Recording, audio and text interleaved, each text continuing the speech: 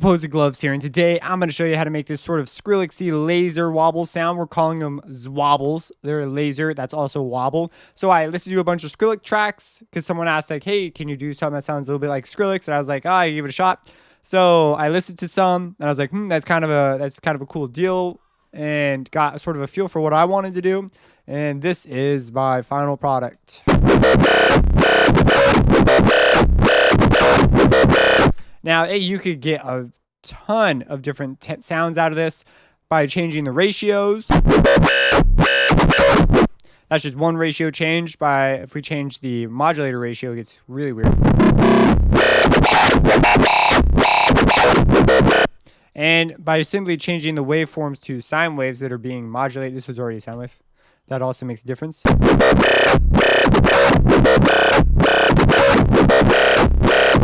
I like the triangle wave. It's a little more clear what's going on. I may consider bringing down the automation clip's maximum value to like a lower value because of the amount of aliasing that gets introduced right there at the top end, but I don't mind it too much. So that's what's going on here, and I'm gonna explain it in more detail. And then if we come over here, I've got some interesting EQ shapes going. I tried doing the distortion in here, and I just didn't like it. I didn't think it sounded that great. So I came out and did my own distortion using the wave shaper, and I got that. And that's that. Without this, that's what it sounds like. So distortion is a huge deal on this sort of a sound. I also have this fruity low pass thing that I attempted to put in here that created some interesting effects, but I took it out at the end. So that's that. Now I'm going to explain it, but I expect you to have, watch the FM8 from the ground up, to watch the Learn FM synthesis, to watch all those sorts of things. I have series for how things go. I'm not going to sit here and explain things that I have entire series for. So what's going on here? So I've got a sine wave going out. Well, now it's a triangle wave. A triangle wave at a ratio of 2 going out. And it just sort of settled upon this through a little bit of experimenting. As I create the patch in front of you, I'll explain some of my thought process as I went through this. But I have it being modulated by a triangle wave E. I chose triangle just because I happen to know what triangle sounded like, and I like that sound. And then I went to D, put it out, and I put it at 87, not 87. That was sort of random. I put it at a ratio of 2, and E is modulating both, but what's unique is in FM8, it's super easy to modulate two things completely individual of each other. Like in Citrus, I would be modulating E on and off. That would make it complicated. So instead I can modulate D and send it to the mod tab. I'm not going to talk about what I did in Citrus, but there are ways to do this in Citrus, but maybe not this particular setup. I don't know. I haven't tried, but this is, as I was just pointing out, it's an advantage you have in FM8. So you come in here, I automate these two things individually. When I create this pseudo rhythm right here where you hear them. And so this little beginning section, that part is unique. And then the rest of it sort of lines up except for this in part. So it adds more life to my sound. You'll hear things are the phases are rolling as we go. I believe it's because of the ratios. And as a result, you hear a different texture every time you hit it. You also get that ew thing from the master that has the wave shaper on it.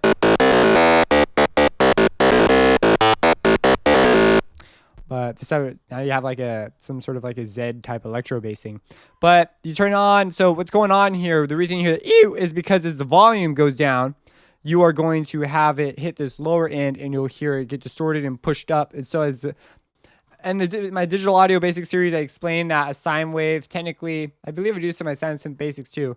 As you turn it down, it by definition will take on additional harmonics because the sine wave is a tone that never ends. So it has to take on more harmonics. And part of the result is when you put it through the wave shaper, it creates these extra series that normally we wouldn't hear, but when you distort it like I did, you will hear it. Now in your track, it shouldn't matter too much. So this shape. So let me explain something here real quick. So that's sort of what's going on with the operators. I had some issues with clicking that I wasn't too fond of. So I moved the envelopes on E and F, and I left D where it was just because I didn't have issues with that one. But on E and F, I definitely moved them. And if I come over here to my effects tab, I tried using the overdrive and tube amp because this is a sound design with, FM8, but I just did not like the algorithms they had for that. That's why I went to the wave shaper, which again, I have a tutorial for that. So on the shelving EQ, I took down the low end because it was just too much, and I actually turned up the volume a bit on both to 54 Did not do that on purpose. It just sort of happened. So we got some of the low end on the peak EQ and took out this one little spot, set by ear, just sort of looking for a spot where it would shine. I could boost it and get some cool effects too, but I'm not gonna in this patch. So I did that. And this EQ move, if you understand the wave shaper dynamically, you'll understand that turning down the low end, if I wave shape it the way I did, well, it almost doesn't matter. What it's doing is it's pushing parts of the spectrum into specific areas of my wave shaper. So I know that my lower end is going to be somewhere here, where originally it was probably pushed up here a bit more. And so as a result, I can I can use this as an EQ plus a distortion unit. So I boosted the living snot out of my upper end, which normally hangs out right about here, but I've also catched some of the lower end on this part right here. And then I have this extra little spike right here, sort of set by ear. The rest of this was set by ear, but this sort of double scoop is an effort to just make the sound more clear. So this is what I got. Oh, that's without distortion. With distortion. And of course, I am like, this is not how it would really sound. If I wanted this particular sound, it'd be wise for me to record it, because when I mix it down, I'm going to bring this down. And you see yeah, this is pretty cool right here. You see I'm relying on the digital clipping, actually. I'm relying on my limiter here stopping things. And my limiter is also boosting stuff, which isn't necessarily a good thing either. So, and you can still hear it there, but it's the clipping and the fact that it's hitting a brick wall like that is sort of like a serious one band compressor just going at it. So I could leave it there, but if I plan to mix it later, that could become an issue. So I may consider recording it and then mixing it with the recording instead, which would be more versatile. And then if I ever needed to go back, I could go back to the original patch and put things in. It's a lot of extra work for a mix down though. So I don't know. Maybe I'll try and fudge the mix down at full blast because it's dubstep. Who knows? Like I could do weird crap because I'm the mixer guy for my own track. This was someone else's track, I'd probably have audio stems, and so it wouldn't really matter. But if you don't understand anything I just said, almost everyone would agree you would record it and turn it down. At least I think they would. Maybe they wouldn't. Maybe they'd be like, no way, dude, I'd use this and then I'd change my patch. But your sound would dramatically change if you turned it down. So, okay, let's talk about it. No, let's not talk about it. Let's just make one, right? So we're going to make a Zwobble. So let's go ahead and add a new thing. Let's go to the piano roll and put down a note. I'm going to settle on C2. Now the distortion on the master is already up, so I'm going to turn that off. And I'm going to send this to its own mixer track next to the previous Zwobble. And I'm going to mute these, and I'm going to put down pattern 4, which is ours. So we have a very low sine tone, which is perfectly fine. That's what we want. And so we're going to turn it up, boom. Then we're going to go to E, boom. Click on E, so we're there, bang. You got to make all these sounds while you're doing it. Turn it on, boom. Then listen to it. And, oh, man, there we go. That's what you got. Oh, man, bro, dude. So, just so you know how I'm doing this and pushing the play and pause, I have, don't allow stealing keyboard focus. So, just so you know, now I can hit my space bar, and when I touch stuff in FM8, it won't steal my keyboard because, man, that was annoying when it used to do that. It's a newer feature in the beta. So if you don't have beta, you're not going to have that feature. So upgraded the beta. Unless you stole it, then you're going to need to get another stolen version. But I don't support stealing, so don't do that. Buy it. So we have E. So I'm going to put E into D and send D out as well because I'm like, you know what, bro? F isn't enough. I want two things that I can vary to create a more interesting tone because I'm an advanced sound design producer dude. So that's going to be my plan. So I took that. Now I can do this. I can do that one, or I could do this one. And I was like, oh, okay, this is a pretty cool thing there. Now I need to make it, better. So I'm going to go to my triangle wave for E because I know what triangle waves sound like and they sound cleaner. I'm going to go ahead and do this and do this. Just so I get that wah wah and it's just cleaner all around. I may even make this a bit tighter. Maybe not so tight. Yeah. Get in here. Let's change that. You see, you control the click pretty substantially. Like you got total control over the click. So, okay, now let's go over to F. Let's take it up an octave, see what that sounds like. At this point, I know I want E to sort of be the way it is. I want this triangle wave because it's one of the reasons we get the Zwobble the way we do.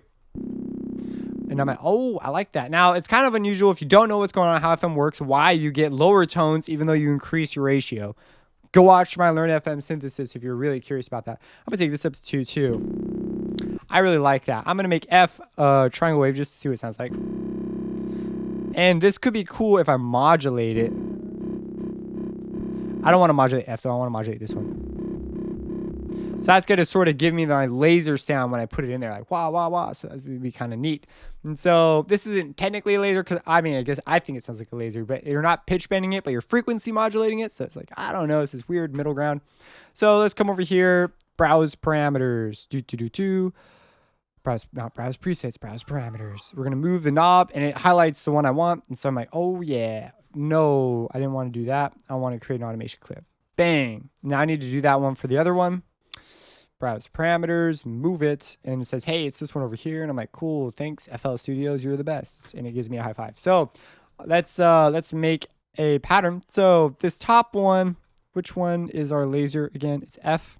So F is going to be our main, like, wah, wah, wah, that kind of a thing. So I want it to go down, and then let's boost it over up there. I do this sort of brick thing. So it holds, that hold is like, wah, and you could even automate pitch right there and make it that kind of thing if you're into that. But I'm not, so I'm not going to do that. Not right now anyways. So I'm going to do that. Let's hear what it sounds like with a do, one of those do-dos. Do, and then we'll have it go up. I didn't do any of the wah-wahs, like this is a wah-wah thing I got going on here. I'm not going to do that. So on this one, I'm going to have it go down. This is more for timbre change here. And this also kind of take some of the beef out of the sound at the beginning, give us a more clear attack, because this is not the laser. This is the bassier side of things. So I have it come in, but I'll have it come in right here. And so we'll have this moment of wah, and that'd be kind of cool. And I'm going to have it just come up for the do, and we'll have it match it there too. And we'll have it fade in a little bit differently right there, just for like difference's sake. Okay, let's hear it. That's a little fast. Maybe I'll do a wah wah right there after all. Maybe I will. So I'm just gonna do one of those do. Da da da da da da da da da da da da. Okay, here we go. That's all right. I mean, it's not like the rhythms are like a whole nother thing. Like, especially if you're going for the Skrillexy type thing, you're gonna need a solid rhythm. Now, it's really soft, and I'm not okay with that. At this point, we sort of have the majority of our sound here. What we need to do is now we need to make it into our sound of our dream. So I'm going to put on a shelving EQ first of all. And I know I want to bring out my upper end. The boost on here is quite severe. A little boost goes a long way, I've realized. And I'm going to bring down the lower end.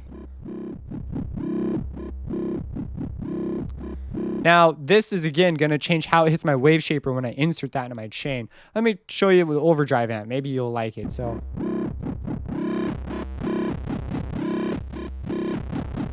the main issue is the way it deals with the bass.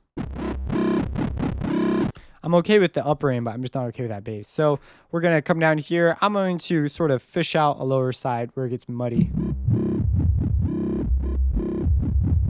Sounds like right about there. I want to leave some of that, like that big part in there.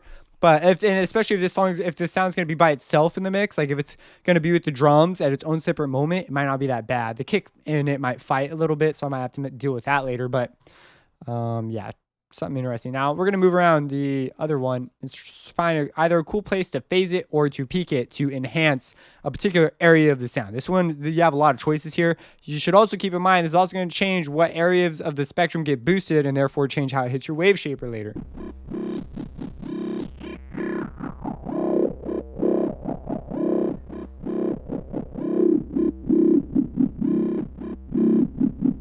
That's kind of cool right there. I mean, it does sound quite boxy.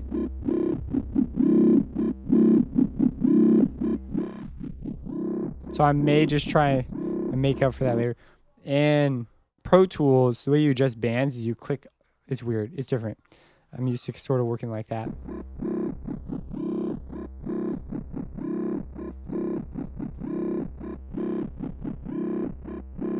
I like that right about there. That's just my personal preference. Maybe yours is different. So I'm going to come into here and I'm going to add a wave shaper. Even though it's sound design with I just need more control over my distortion. That's not enough control. So we're gonna come over here. Oh my gosh, distortion. There we go. I'm like looking all over the map. So let's mess with this. So I know that this area down here is going to contain more of my bass because of the way I sort of ducked it. And so that'll give me a chance to bring it out at this stage. So as you can see, it's hanging out right around there. Now this is going to bring out my upper end right here for sure.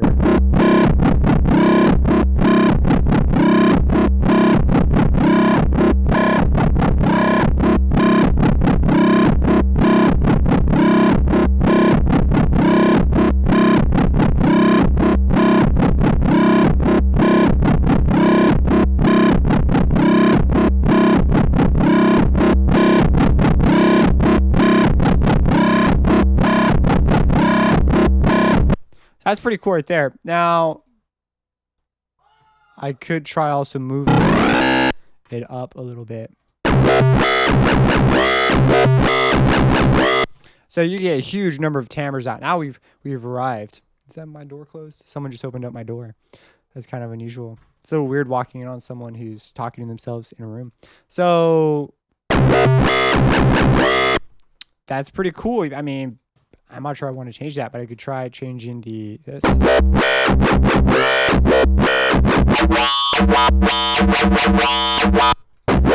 But anyways, this is how, like, if you're, I'm going to change this back to 2. I kind of like the previous sound, but that was a pretty dope sound right there. I could probably make clones of this patch and then go at it, making all these different sorts of sounds. They make one whole drop just based off this concept. But so now you know. Now you know that's how I went about it. So that's our first example. Here's our second example. Or here's our first example. That was our second example. Oh, let me turn on the distortion here. Now, something else, another quick tip. You notice this one's a little bit grittier. It's just the way I set things up that time, I suppose. Something you could try doing is moving this value up or down just a hair. And it will create this sort of phasiness as you go through your sound. And it may duck too much, especially if you go to something like this. This is going to duck more than something like this because this is closer to 2, where this, you can picture this as being closer to 2, and this is really far away from 3. That's the way I kind of see it. But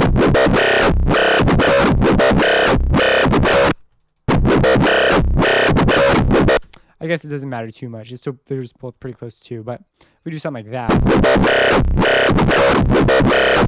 I don't know. Okay, never mind. Forget about what I was saying. But occasionally, I was messing with it earlier, and I was at a particular point in my creative process where that was like creating these big moments of silence and coming back in because it was, the modulation was just too low. But I've now, after all the steps, it may not be so dramatic a change. But what it'll do is introduce subtleties as you go through every single time, making your sound more organic in case you use this sound a lot, or it just multiple times in the same track. That way it's not the same exact sound every single time. It's a little different. So even if you record it, you may consider taking a whole bunch of takes. That way you can, do stuff with that later. So anyways, this is my attempt at sort of a Skrillex-y type sound. If you have any questions, let me know. Subscribe and have a blessed day.